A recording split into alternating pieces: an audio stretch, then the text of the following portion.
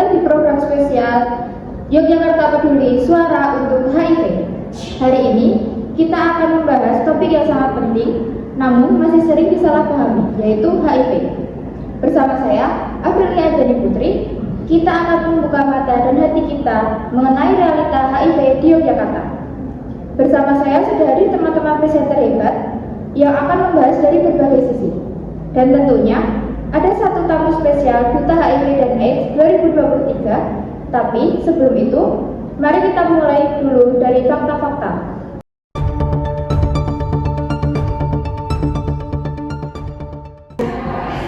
HIV atau Human Immunodeficiency Virus adalah virus yang menyerang sistem imun tubuh, dan di mana Indonesia termasuk Yogyakarta mengalami angka kekhawatiran. Berdasarkan data dari Dinas Kesehatan DIY dari 2004 sampai 2024 mencatat kasus 1.675 kasus positif HIV di provinsi ini. Dan sayangnya masih banyak dari kita yang belum memahami cara penularan dari HIV, dan masih banyak yang mempercayai mitos-mitos yang salah. Sekarang kita akan bermain sedikit nih.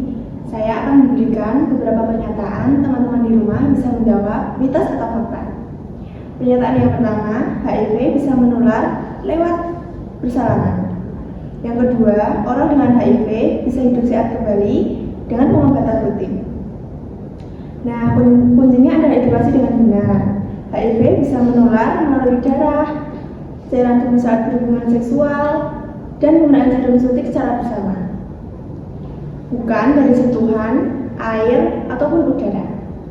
Tenaga kesehatan Yogyakarta punya peran krusial.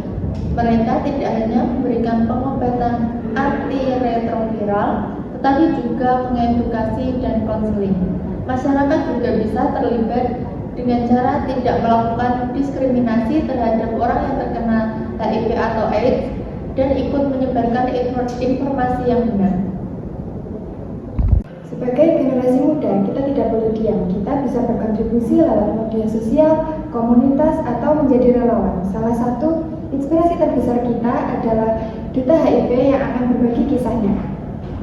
Halo teman-teman, jadi pada pagi hari ini kita kedatangan tamu yang sangat inspiratif loh, yaitu Duta HIV dan AIDS 2023. Jadi sebelum kita masuk ke sesi wawancara, kita kenalan dulu nih sama kakak di sebelahku.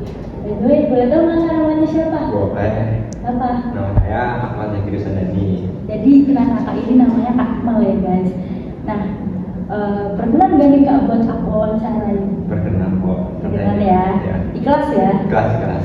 Oke, jadi yang pertama itu apa sih yang membuat Kak Akmal ini tertarik menjadi duta HIV?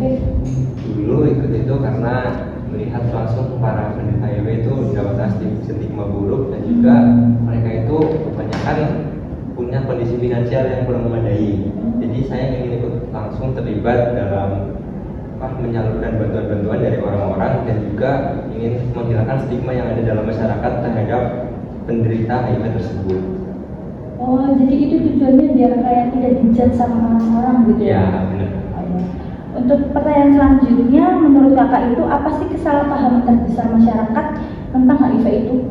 Kesalahpahaman terbesar ya, kayak misal HIV itu menular lewat sentuhan tangan atau pelukan gitu. Kalau enggak, maka kesam itu kesalahan terbesar mereka. Itu padahal enggak ya? Padahal enggak. HIV itu cuma bisa menular dari berhubungan badan sama pemakaian jarum suntik yang pakai narkoba gitu kan, barang-barang mereka suntikan itu bisa menular gitu.